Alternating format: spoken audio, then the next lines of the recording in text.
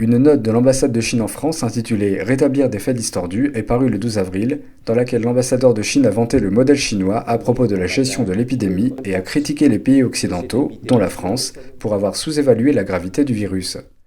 Une accusation jugée gratuite et calomnieuse est portée contre les soignants français qui auraient quitté leur poste en EHPAD en laissant les patients mourir de faim et de maladie.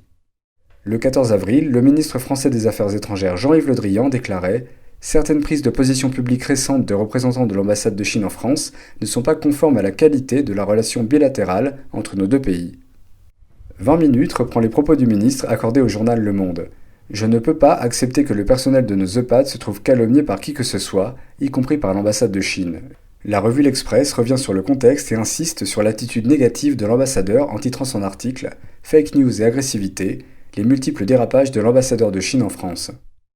Antoine Bondaz, chercheur et enseignant à Sciences Po, s'est exprimé lors d'une interview sur atlantico.fr. Le communiqué de l'ambassade en date du 12 avril est une honte. Rumeurs, désinformations, insultes, mais ce dernier communiqué franchit un nouveau seuil inquiétant. Dans le journal Le Monde, des remarques sont faites à propos de la gestion de l'épidémie.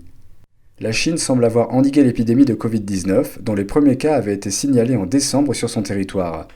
Certains responsables européens ne cachent plus leur irritation face à Pékin, accusé d'avancer ses pions géopolitiques sous couvert de générosité et de diplomatie sanitaire, tout en cherchant à réécrire l'histoire de la pandémie sur son sol.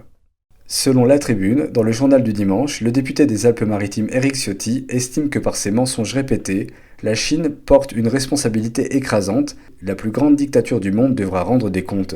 Il appelle la France à prendre la tête d'une action en responsabilité contre le régime chinois. Oskar Fressinger, homme politique suisse et vice-président de l'Union démocratique du Centre, expose le danger des systèmes communistes.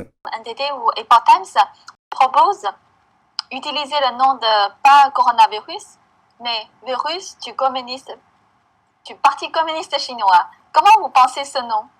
Le virus rouge. Écoutez, je pense honnêtement que la gangrène, le virus du collectivisme exacerbé, tel qu'il est pratiqué en Chine, tel qu'il a été pratiqué dans tous les systèmes communistes.